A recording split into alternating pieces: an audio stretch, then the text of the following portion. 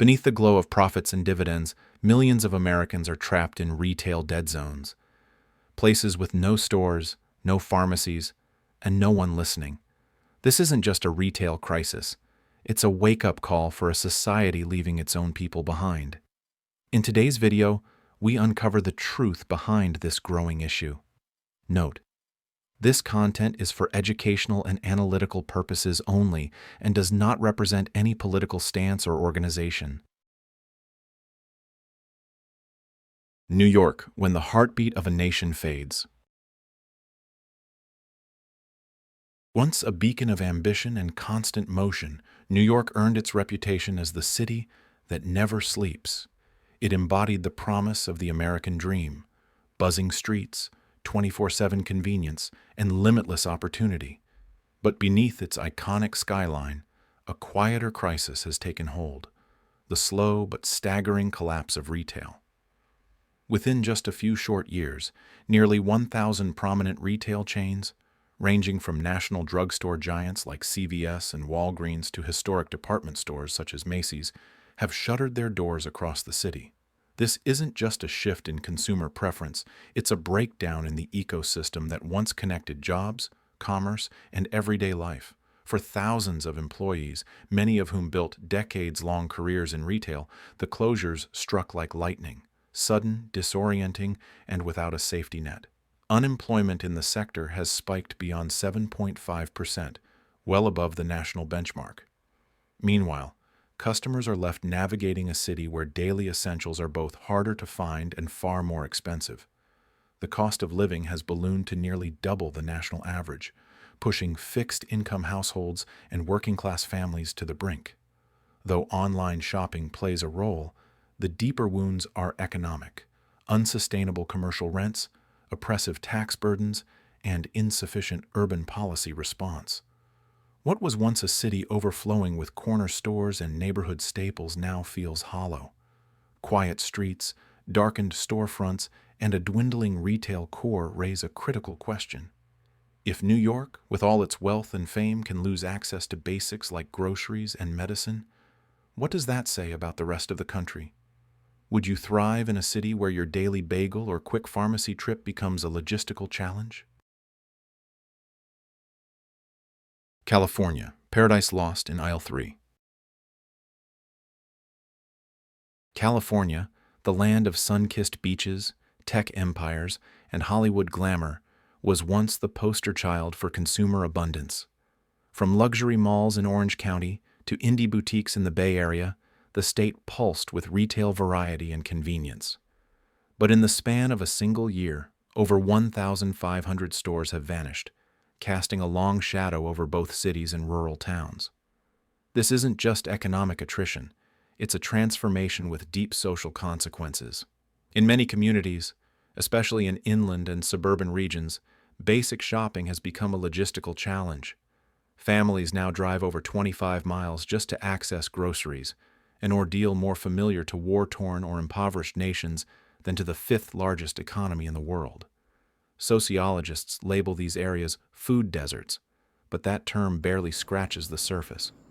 With pharmacies and general stores also disappearing, entire communities are being stripped of access to the essentials of modern life. For many Californians, the weekly grocery trip has become a financial and physical burden. A mother of 3 in Sacramento reported spending over $330 a week on basics, an unsustainable amount when affordable options simply don't exist nearby. Small retailers are drowning under the weight of high rents, labor costs, and regulatory complexity, while e-commerce draws away foot traffic and revenue. As a result, California now reflects a disturbing divide.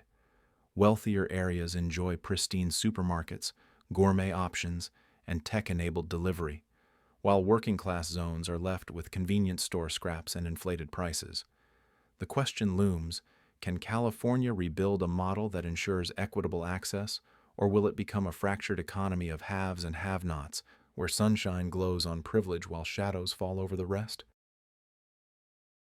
Texas, the high cost of explosive growth.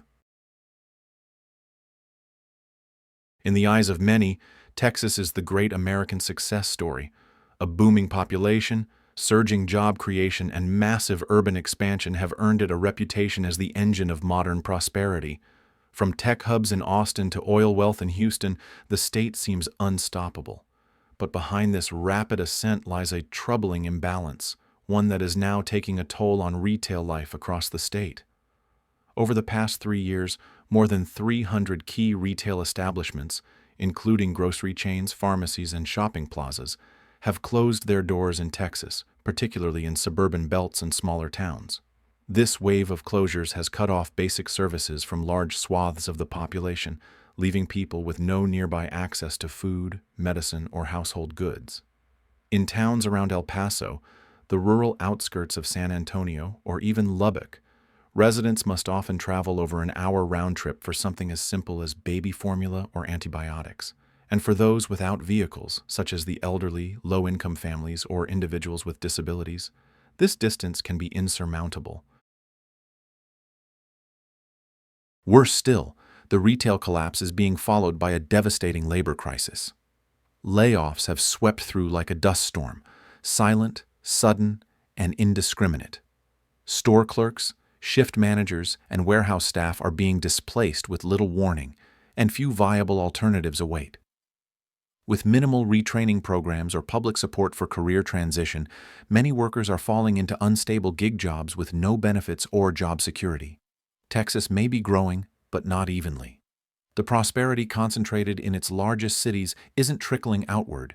Instead, the gaps are widening between thriving tech corridors and forgotten farming towns, between bustling downtowns and shuttered strip malls.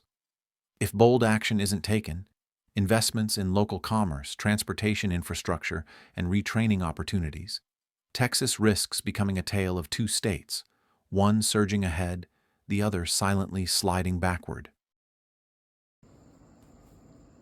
Illinois, quiet collapse of an industrial giant. Once the beating heart of America's industrial might, Illinois, anchored by Chicago, was a hub of innovation, trade, and community resilience. Trains, steel, commerce, it all passed through here. But today, the legacy of that strength is fading, quietly and without resistance, as retail chains pull out and familiar services disappear. From the heart of downtown Chicago to smaller cities like Peoria, Rockford, and Decatur, the retreat of major retail players, Walgreens, CVS, Walmart, has left gaping holes in communities. These weren't just places to buy groceries or pick up prescriptions. They were neighborhood anchors, places where grandparents chatted with clerks, teens spent their allowance, and busy parents grabbed last-minute dinners. Now, something as basic as a bottle of cough syrup might require a multi-transfer bus ride that takes an hour in freezing winter winds. For many, especially seniors and low-income families, that's a barrier too high. What's most alarming isn't just the closures, but how silently they're happening. No community hearings, no official statements, no plans for replacement, just stores vanishing overnight, taking livelihoods and local culture with them. Thousands of jobs are gone, and no retraining pipelines exist. The middle class, once Illinois' pride, is now spending more to get less, feeling more like survivors than citizens. Without urgent investment in local economies and a reinvention of community-based retail, Illinois risks becoming a hollow version of its past, a place where the echo of prosperity grows louder than the reality of life on the ground. Pennsylvania, a supply chain in slow collapse. Pennsylvania, home to both bustling metropolises and tight-knit rural communities, is undergoing a quiet unraveling. More than 700 stores have disappeared in just 2 years. CVS, Rite Aid, Giant, and many long-serving small businesses among them. What's left behind is more than an empty storefront. It's an emotional and logistical vacuum in daily life. In places like York, Allentown, or Erie, the loss of a supermarket doesn't just mean a longer drive. It breaks the daily rituals that hold communities together. These stores were where friends ran into each other, where working parents filled their fridges after night shifts, and where a cashier remembered your name. Now, these communities are left with a painful alternative. Overpriced pop-up shops, dollar stores with expired goods, or black market vendors selling basic items for inflated prices. The average resident in low-income areas is spending more for less, and what they get is often lower quality. Meanwhile, commercial rents continue to rise while foot traffic plummets due to online competition. Small businesses, already fighting to stay open, are crushed under fixed costs with no lifeline in sight. Some families have turned to credit cards just to afford groceries, racking up debt over essentials like rice or laundry detergent. But perhaps the most lasting damage is psychological. When stores close and nothing replaces them, people begin to lose faith, not just in the economy, but in the idea that recovery is possible. If Pennsylvania, a historic manufacturing powerhouse and one of the nation's most populous states, can't keep its retail alive, what message does that send to smaller, struggling regions? Mississippi, groceries rare, aging heavy. In Mississippi, the retail crisis isn't just an economic concern. It's a daily fight for survival. Already facing some of the highest poverty and aging rates in the country, the state is now losing the last remaining pillars of essential access: food, medicine, and mobility. Over 700 retail outlets have vanished, cutting off access to major supermarkets in nearly 40% of rural counties. That means entire towns, many with elderly, disabled, or low-income populations, are now classified as true food deserts.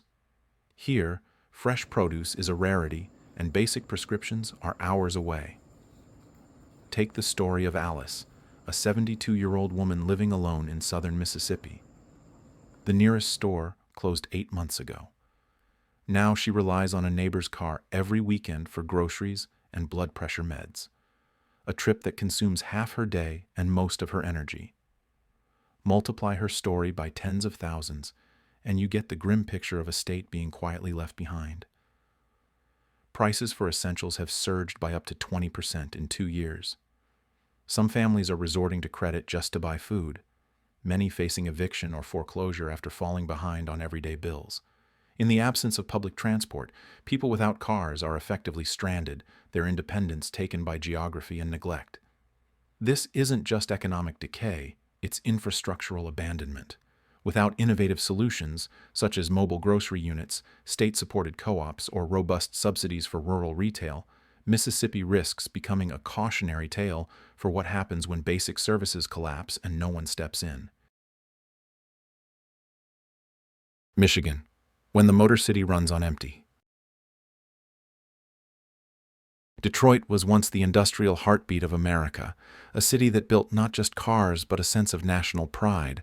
Assembly lines hummed, neighborhoods thrived, and retail stores stood as cornerstones of working-class life. But today, that proud identity has stalled, not because the factories shut down, but because the stores are vanishing. In many Detroit neighborhoods, CVS, Walgreens, Walmart, and other household names have disappeared, leaving behind a patchwork of boarded-up storefronts, faded logos, and silent streets. These aren't just buildings that closed. They're signals that the economic lifeline of entire communities is being quietly severed. For thousands of families, even a basic grocery run has turned into a logistical maze. In many areas, there's no store within 15 kilometers. If you don't own a car, and many Detroiters don't, you face hours on public transportation just to buy eggs or refill a prescription. Some seniors report spending half a day to make a trip that used to take 20 minutes. Others skip the trip altogether, choosing between skipping meals or skipping medication. But the damage goes far beyond inconvenience. Each store closure means lost jobs, shrinking local tax bases, and a ripple effect that forces nearby small businesses to shut down too. A once busy block can turn desolate in just a few months, and as businesses go dark, safety becomes a concern. Less foot traffic leads to more boarded windows, more break-ins, and fewer reasons to stay hopeful. Perhaps most painful of all is the emotional fallout, the growing belief among residents that they've been written off, that no one is coming to help, that the institutions they once trusted, governments, corporations, even neighbors, have turned their backs. This kind of abandonment doesn't show up on quarterly reports, but it lingers in the eyes of families stretching every dollar and every ounce of patience just to survive. If Detroit is to reclaim its spirit, it needs more than nostalgic pride. It needs bold innovation, community-owned stores, municipally backed mobile markets, delivery networks designed for low-access zones, and serious investment in local economic ecosystems. Without them, the Motor City risks becoming a cautionary tale, one where the engines stopped not from lack of fuel, but from lack of care. Georgia, empty stores, fading spirit. Georgia's landscape is as diverse as its people, from the sprawling suburbs of Atlanta to the quiet pine-lined roads of the South. But across this vibrant state, a worrying transformation is unfolding. Retail stores, once the cornerstones of everyday life, are vanishing at an accelerating pace. And with their disappearance, something even more essential is slipping away: the social soul of entire communities. Family Dollar, Dollar General, Walgreens. These weren't luxury brands. They were lifelines. In many towns, they were the only places to buy affordable groceries, refill prescriptions, or pick up diapers after work. But in just a few short years, hundreds of these stores have shuttered, leaving vast stretches of Georgia with no retail presence at all. In some areas, residents now live over 20 miles from the nearest place to buy basic supplies. That's not just a gap in service, it's a logistical crisis. For those without cars, a trip to the store can involve long waits for infrequent buses, ride shares that eat away at already tight budgets, or simply going without. For seniors, the disabled, and low-income families, this isn't an inconvenience. It's a daily hardship. But the true cost isn't just measured in miles, it's measured in human connection. These stores once served as unofficial town squares. Neighbors caught up in the aisles. Kids spent their allowance on candy. Cashiers offered a warm smile and familiar voice. Without them, the community begins to fray. Worse still is the speed of this unraveling. Retailers are exiting swiftly, often with no warning and no plan for replacement. Local officials are left scrambling, trying to fill enormous gaps with minimal resources. And while some residents relocate in search of better infrastructure, many stay behind, trapped not by geography but by loyalty, history, or financial limitation. The result? A quiet kind of grief. A feeling that their town, their lives, are no longer considered viable in the modern economy. And as that grief takes root, it changes people. They become more cautious, more isolated, more resigned. To reverse this decline, Georgia must look beyond quick fixes. It needs long-term strategies, incentives for locally run markets, partnerships between counties and cooperatives, targeted subsidies for underserved regions, and transport solutions that bring services to where people live, not the other way around. Because when storefronts disappear, so do the casual moments of kindness, the rhythm of shared life, and the belief that someone still sees you. Georgia's challenge is no longer just economic. It's about restoring faith that communities, no matter how small or rural, are still worth fighting for. Nevada, a glowing city, dim realities. Las Vegas proudly brands itself as the city that never sleeps. And for millions of tourists, that image still holds true.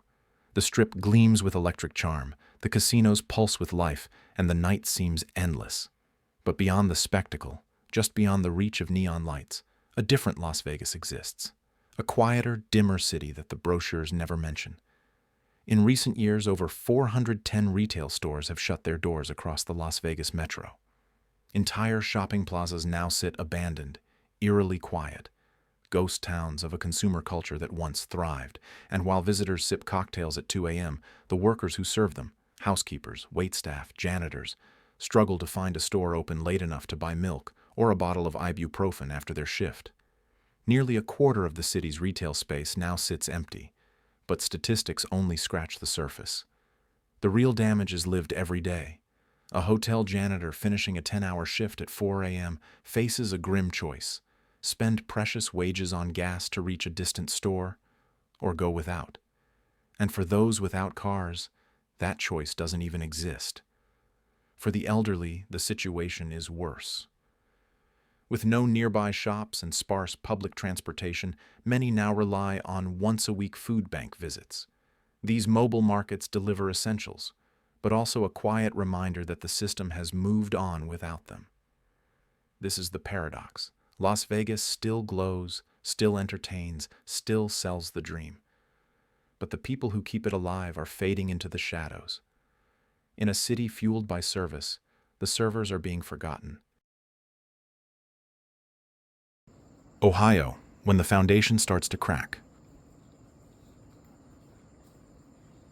For decades, Ohio stood tall as a symbol of American steadiness, a land of modest prosperity, dependable services, and strong working-class values. It was the kind of place where life wasn't flashy, but it was secure. That image, however, is slowly unraveling. Not from some dramatic collapse, but from a quiet, creeping retreat of the very systems that once held it together. The wave of retail closures hitting Ohio is no longer limited to struggling areas.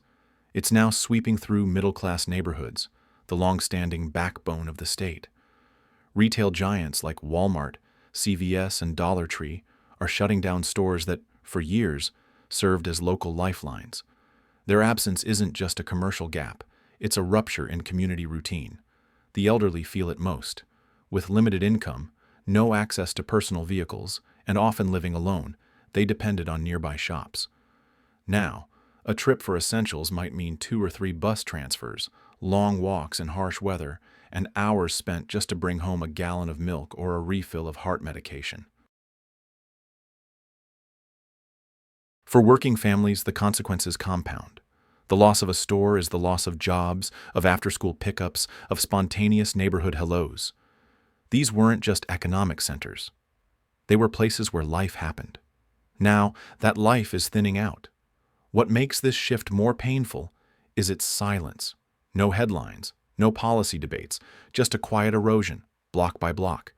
And without intervention, without a renewed vision that includes community-run co-ops, investment in public transport, and tax incentives for local businesses, Ohio risks becoming a portrait of slow decay, where the American dream fades not with a crash, but with a whisper.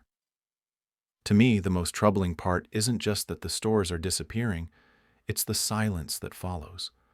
No one speaks up, no one checks in, no one takes action. And just like that, the very people who keep this city running are left behind, as if they never mattered. If a place like Las Vegas, a symbol of light and prosperity, can turn its back on its own people, then we have to ask, how many more communities will quietly fade away while the rest of society keeps looking toward the lights? Silent shutdown, deep wounds. No warning bells, no closing sales, no community meetings, just locked doors, dimmed lights, and silence. Across America, retail stores are disappearing, not with noise or conflict, but with a quiet finality that's almost more painful. Why is the silence so devastating? Because in that void, people are left without answers. They wake up one morning to find the store where they once bought diapers, heart medicine, or toothpaste gone. The parking lot is overgrown. The windows are covered in dust. There's no notice, no plan, just absence. From Detroit's urban corridors to sleepy towns in Ohio, from forgotten parts of California to the South's fading grocery hubs, the stories are the same. Stores gone without a trace. No support programs for laid-off staff. No transportation assistance for those left behind. No efforts to offer even the dignity of a "we're sorry." These closures aren't just business decisions. They are acts of disengagement, social amputations that sever communities from their sense of identity and daily rhythm. When a store goes dark, it takes something more than merchandise with it. It takes routine. It takes connection. It takes care. And perhaps the cruelest truth? Nobody fought for these communities, not the corporations that profited off them, not the politicians who campaigned in them, not the systems that promised to serve them. People were erased from the retail map, and no one even paused to say goodbye. What remains are neighborhoods that feel more like neglected outposts than homes, places where every boarded window is a reminder you were never profitable enough to matter. Profitable on paper, hollow in principle. The American retail sector isn't struggling for money. Its profits soar. Executives collect bonuses measured in millions. Investors cash in quarter after quarter.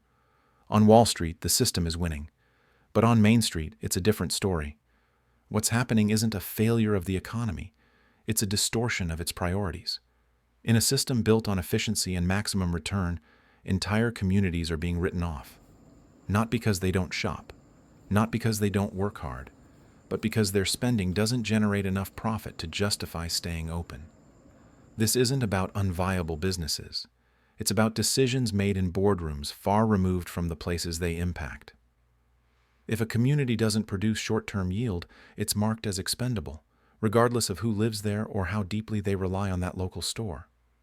This is where capitalism enters its moral crisis, when it values dividends over diapers, stockholders over schoolchildren, and margin over medicine.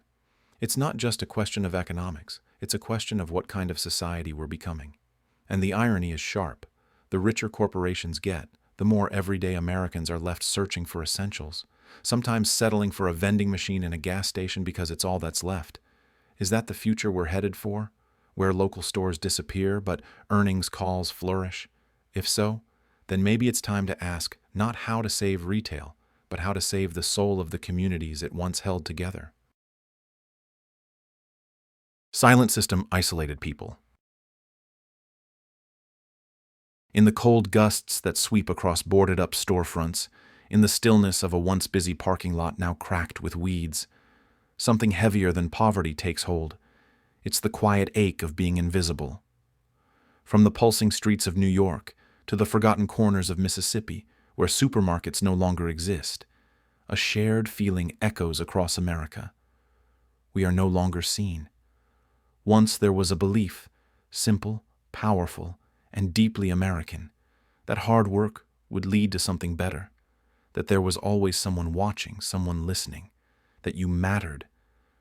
But what happens when the store where you picked up groceries is gone? When the pharmacist who knew your name disappears behind a padlocked door? When there's no one to greet you, no one to ask how your day is? A single mother now juggles 2 buses and a payday loan just to choose between diapers and antibiotics. A retired factory worker waits for the mobile food bank that might not come this week. A teenager walks past 5 empty storefronts on the way to school, wondering why everything around them feels like it's been quietly erased. They don't riot, they don't shout, they endure, but that endurance hides a deeper pain, the kind born not from being poor, but from being overlooked, from being told without words that their lives are no longer worth the cost of staying. This is not a collapse made by catastrophe. It's a collapse by neglect, a slow erosion of attention, a quiet withdrawal of care. And the most dangerous part? People are starting to accept it. They're growing used to the silence, used to solving problems alone, used to the weight of a system that no longer even pretends to check in. And in that normalization of abandonment, something even more precious than jobs or stores is lost: the belief that someone still cares. America once prided itself on the promise: no one gets left behind. But if we look closely, if we truly listen, we'll see how far we've drifted, how many have been left behind, and how few ever looked back. The silence of retail isn't just about closed stores. It's a sign that society may be slowly turning its back on its own people. For me, the scariest part isn't losing a place to shop. It's when that loss becomes normal and trust quietly fades away. If nothing changes, the next thing to disappear might be us. And you. Will your neighborhood be the next destination or the next to be forgotten? Share your thoughts in the comments below. See you in the next video.